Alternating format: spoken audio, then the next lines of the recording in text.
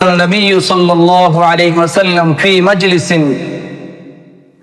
যে রাসূল আকরাম সাল্লাল্লাহু আলাইহি ওয়াসাল্লাম একবার মজলিসে বসে মানুষদেরকে নসিহত করতেছেন, আলোচনা করতেছিলেন।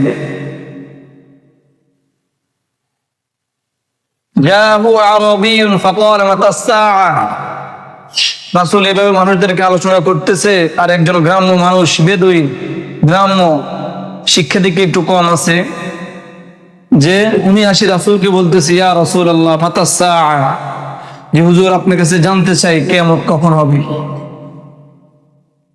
ফামাদা রাসূলুল্লাহ সাল্লাল্লাহু আলাইহি ওয়াসাল্লাম হাদিসাহু, রাসূল সাল্লাল্লাহু আলাইহি ওয়াসাল্লাম ওনার কথার দিকে না মন দিয়ে রাসূল নিজের আলোচনা চালায় যাইতেছেন।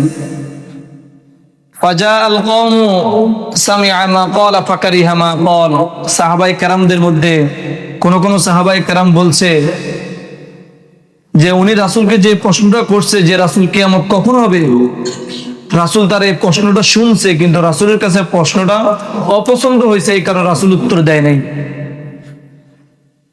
আর আবার কোন সাহাবায়ে কেরাম বলছে যে রাসূল তার কথা শুনেই নাই, বাল্লাম ইয়াসমা, রাসূল তার কথা শুনেই নাই, এই কারণে রাসূল তার প্রশ্নের জবাব দেয়নি।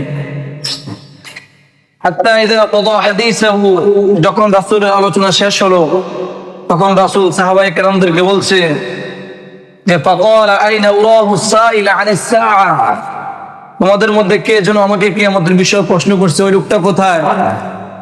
কে যেন আমাকে প্রশ্ন করছে যে হুজুর কিয়ামত কখন হবে, কে প্রশ্ন করছে, দাঁড়াও। তখন যিনি প্রশ্ন করছে উনি বলে, আনা হা ইয়া রাসূলুল্লাহ, যে হুজুর এই প্রশ্নটা আমি করছি, কিয়ামত কখন হবে হুজুর আমি জানতে চাই। তখন রাসূল আকরাম সাল্লাল্লাহু আলাইহি ওয়াসাল্লাম বলছে যে ফাইদা যুইআতিল আমানা তানতাজিরিস সাআ, যখন মানুষ থেকে আমানতদারিতে উঠে যাবে, আমানত যখন মানুষ থেকে উঠিয়ে নেওয়া হবে, তখন তোমরা কিয়ামতের অপেক্ষায় থাকিও। সাহাবায়ে কেরাম আবার প্রশ্ন করছে যে কাইফা ইযাআতুহা ইয়া রাসূলুল্লাহ, যে হুজুর আমানতকে কিভাবে উঠিয়ে নেওয়া হবে এটা আপনার কাছে জানতে চাই, আমানত কিভাবে উঠবে?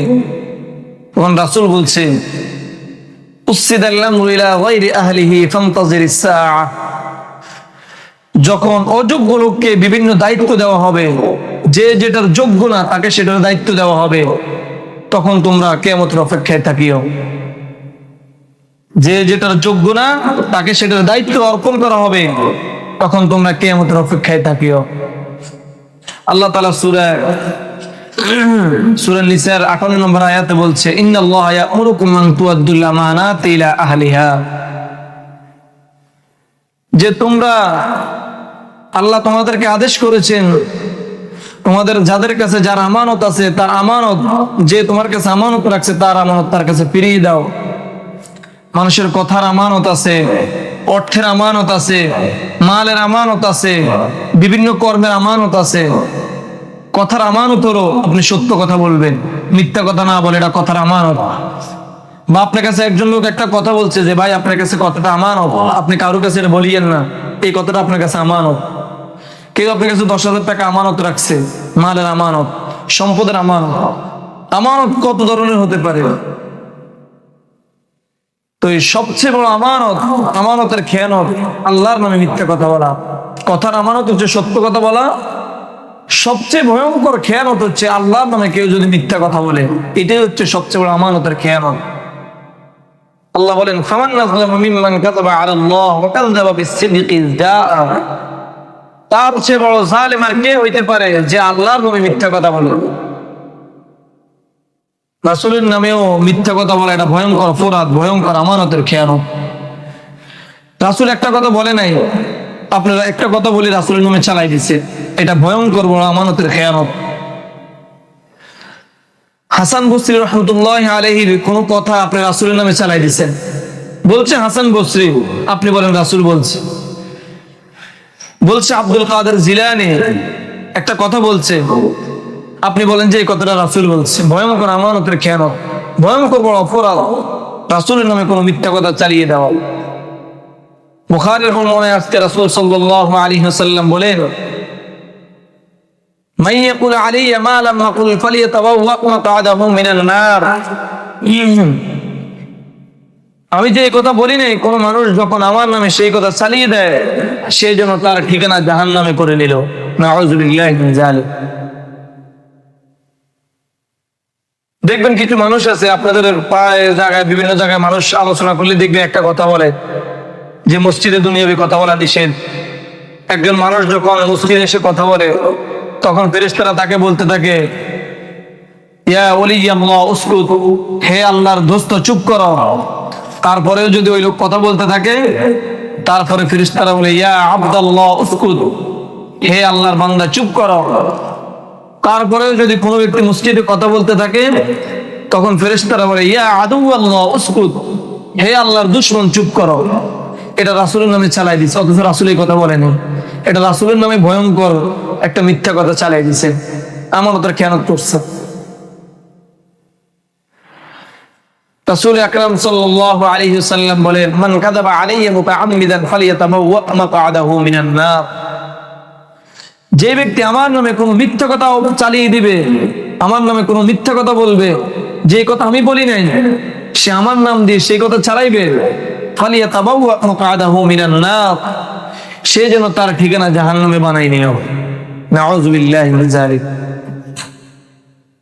মুসলিম শরীফের একদম 1 নম্বর হাদিস। মুসলিম শরীফের, আমাদের মাদ্রাসায় যে মুসলিম শরীফ পড়ানো হয়, মুসলিম শরীফের 1 নম্বর হাদিসে আসছে, রাসূল আকরাম সাল্লাল্লাহু আলাইহি ওয়াসাল্লাম বলেন, লা তাকযিবু আলাইয়া ফাইন্নাহু মান ইয়াকযিব আলাইয়া ইয়ালিজিন নার। যে তোমরা আমার নামে মিথ্যা কথা চালিয়ে দিও না।